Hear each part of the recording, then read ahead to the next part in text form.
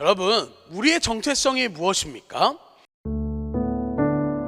나는 누구인가? 내가 무엇을 어떻게 하며 살 수 있을까에 대한 이 정체성의 뿌리를 우리는 하나님께 두어야 한다는 겁니다. 왜냐하면 우리는 하나님의 형상대로 지음받은 존재이기 때문이죠. 이것을 깨달은 사람은 삶의 모든 것이 바뀔 수밖에 없고 완전히 새로워질 수밖에 없는 겁니다. 그래서 체인지라고 하기도 하고 본어게인, 다시 태어나는 것이라고 하기도 하는 겁니다. 그러나 사실 회복하는 거죠.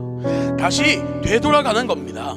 우리의 삶의 여정은 이렇게 그 형상을 회복해 가는 여정이고 그 형상대로 예수님을 닮은 삶을 살아가는 겁니다. 여러분, 그런데 우리가 왜 변화받아야 할까요? 변화받는 것이 도대체 어떤 의미가 있을까요? 사람은 살아가다 보면 이 자신에 대해서 흔들릴 때가 있어요. 스스로에 대한 확신이 없고 자신감, 자존감을 잃어가면서 혼란스러워할 때가 있습니다.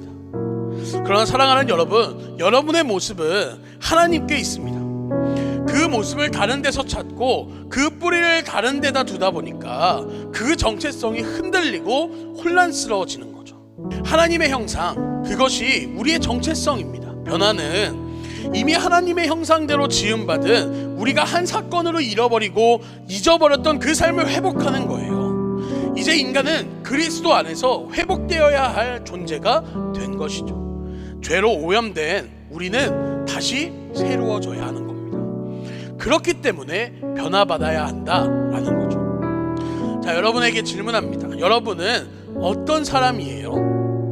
오늘 말씀을 통해서 여러분들이 저는 하나님의 자녀입니다 라는 고백과 저는 이제는 하나님을 위해 살고 싶어요 라는 이 고백이 나오기를 소망합니다. 죄로 인해 우리는 하나님의 형상을 잃어버린 우리의 삶이 다시 그 형상을 회복할 수 있기를 바랍니다.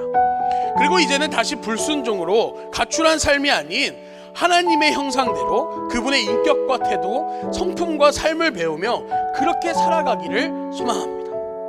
사랑하는 여러분, 우리의 정체성이 무엇입니까? 하나님의 형상, 하나님의 자녀인 것이죠.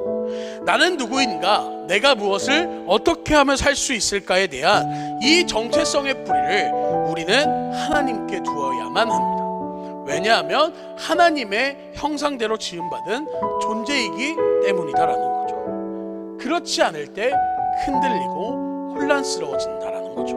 여러분의 지금 삶은 어떠신지 모르겠지만 오늘 이 말씀을 통해서 하나님의 형상으로 초대하는 우리가 다시 하나님의 형상이 무엇인가를 고민해보고 내 정체성에 대한 고민을 하나님께 돌려서 나는 하나님의 자녀이다 라는 정체성을 확립하고 내가 가는 길을 다시금 하나님 가운데 하나님께서 내가 원하시는 삶은 무엇일까에 대한 질문으로 바뀌어서 우리의 삶을 다시금 시작할 수 있기를 바랍니다.